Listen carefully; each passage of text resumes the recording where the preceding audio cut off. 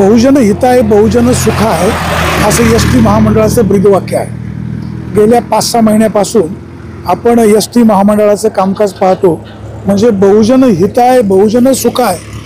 आता हे बहुजन सुखाय आहे का? तर बस या ठिकाणी बंद पडलेली आहे.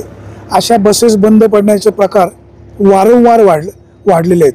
आता हा जो रस्ता आहे हा नारायणगाव मांजरवाडी पुढे शिरूर वगैरे त्या भागामध्ये जातो. तर अशा गाड्या रस्त्यात बंद पडल्या. आता त्यांनी एस टीवाल्यांनी पाटी काढून टाकली. पाटी काढून का टाकली? तर ते लोकांना कळू नये कुठली बस होते. परंतु एस टी महामंडळाचे अधिकारी गलेलठ्ठ पगार घेत आहेत. थोडीफार जनाची मनाची ठेवा. जर प्रवासी असे रस्त्यात सोडून दिले तर उपयोग काय? बहुजन हिताय बहुजन सुखाय. आता हे बहुजन सुखाय आहे का? आता हे पहा, बसचा नंबर MH14 BT 4391. ही बस या ठिकाणी कधी उभी आपल्याला माहीत नाही. इथं काही लोक आहेत, आपण जरा त्यांच्याशी पण बोलण्याचा प्रयत्न करूया.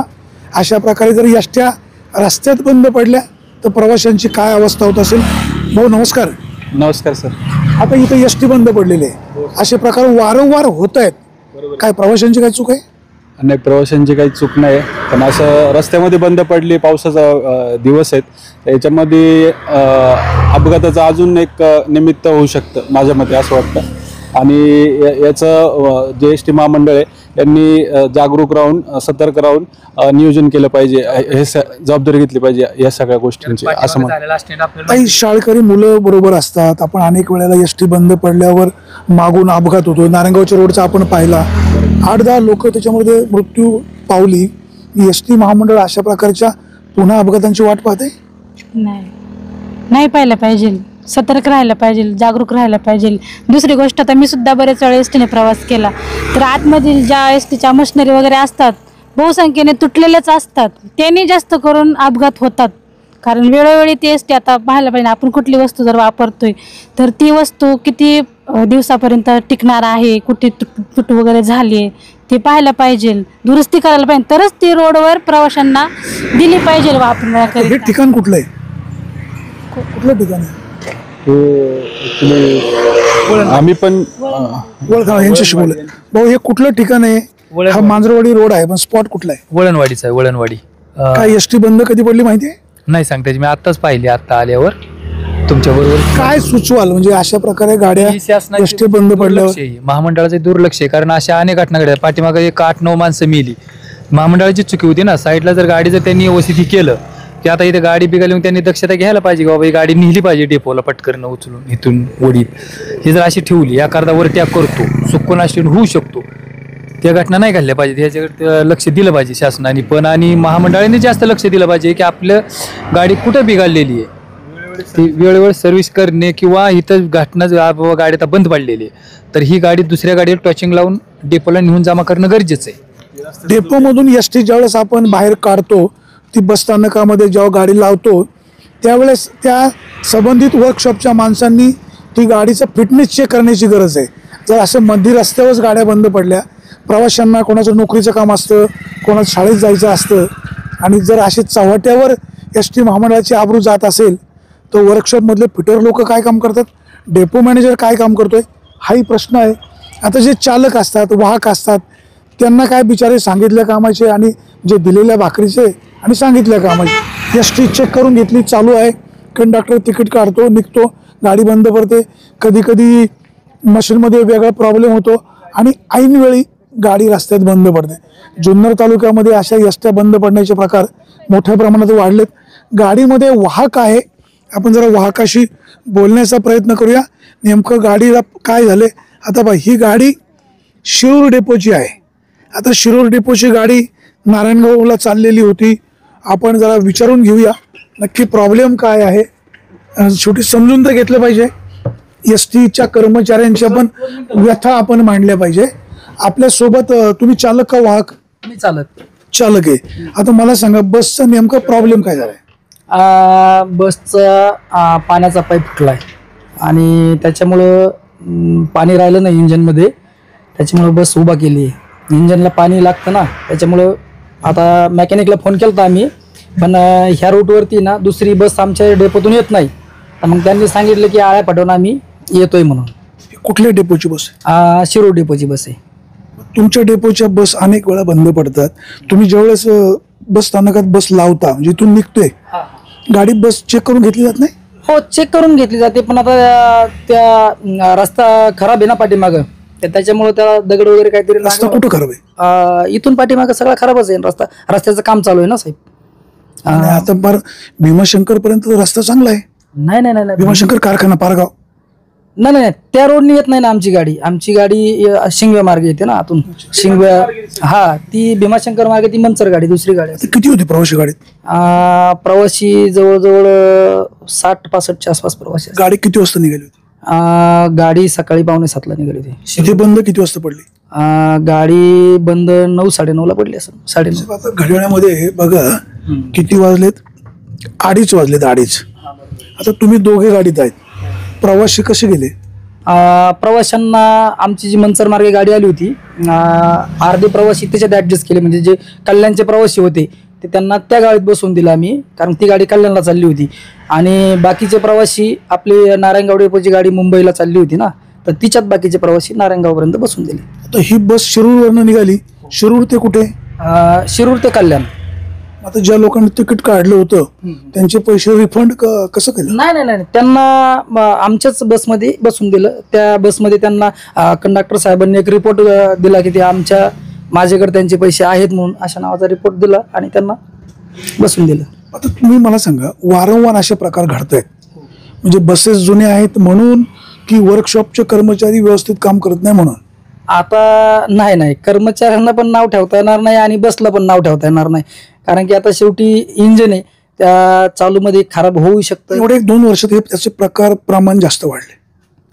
नाही साहेब, तसं नाहीये. प्रमाण वाढण्याचं कारण म्हणजे आता रस्त्याचं काम चालू आहे, इकडं तिकडं समजा टायर पंक्चर, खड्डे वगैरे, बरंचसं काही सगळे एसटी महामंडळाचा काही दोष नाही?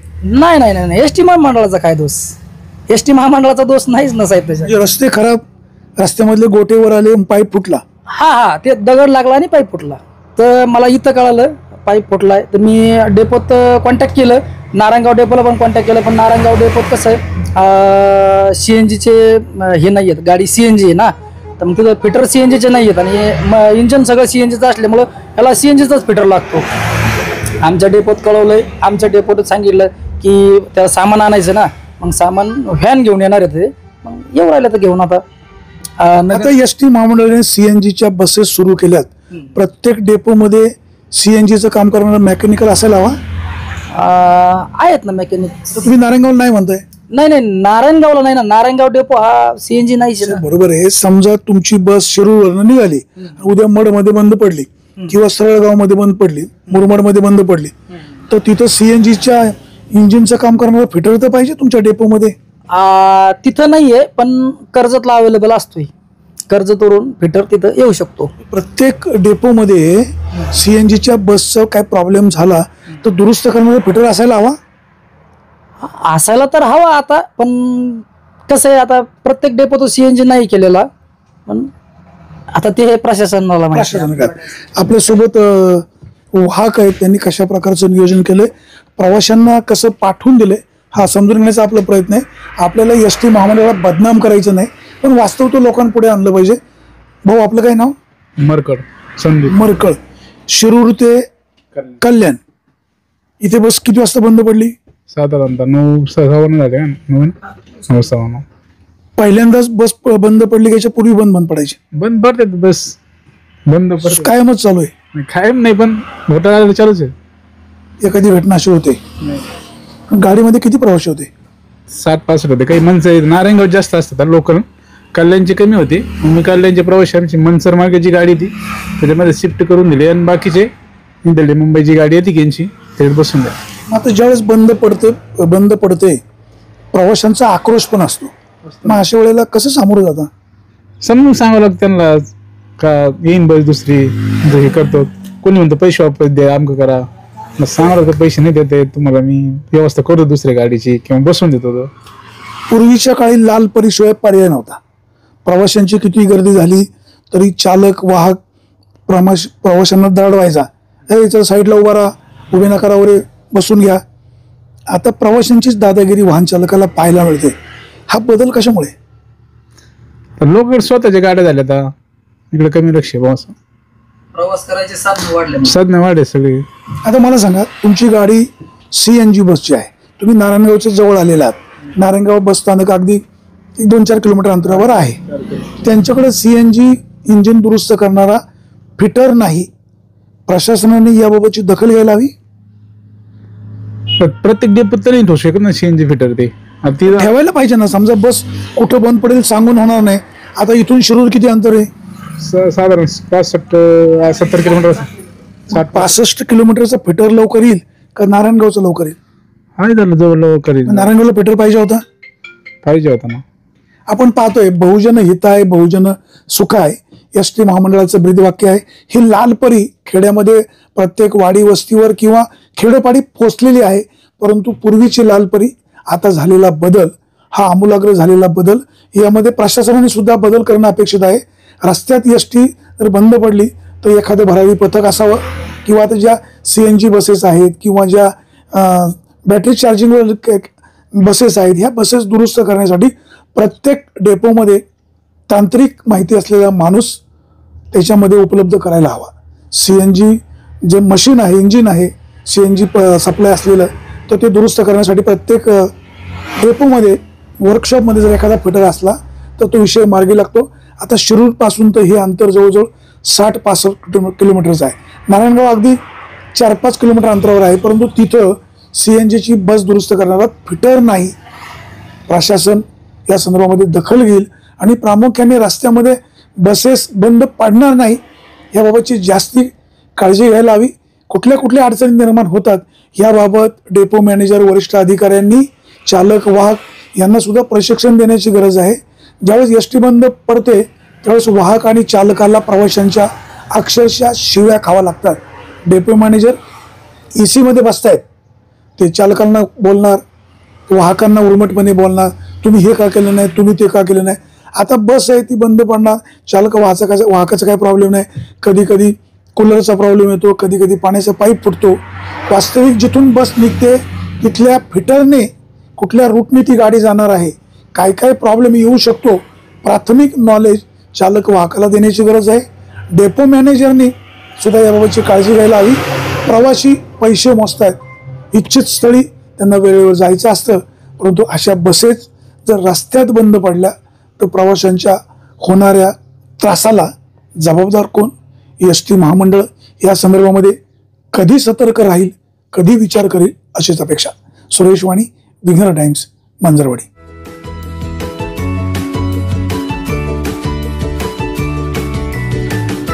बातम्या शेतीच्या, बातम्या मातीच्या,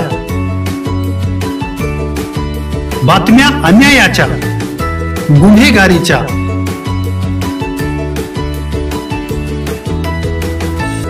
राजकारणाच्या आणि समाजकारणाच्या, शोषणाविरुद्ध बुलंद आवाज, जनसामान्यांच्या हुंकाराची गाज, सत्कार्याला प्रोत्साहन, दुष्कृत्याला अनुशासन, निर्भीड, निस्पृह, सडेतोड, बेधडक आणि रोखटोक म्हणजेच विघ्नहर टाइम्स. शोध बातमीचा, ध्यास सत्याचा. आपलं चॅनल, आपली बातमी. सबस्क्राईब तर कराच, पण बेल आयकॉनवर क्लिक करायलाही विसरू नका.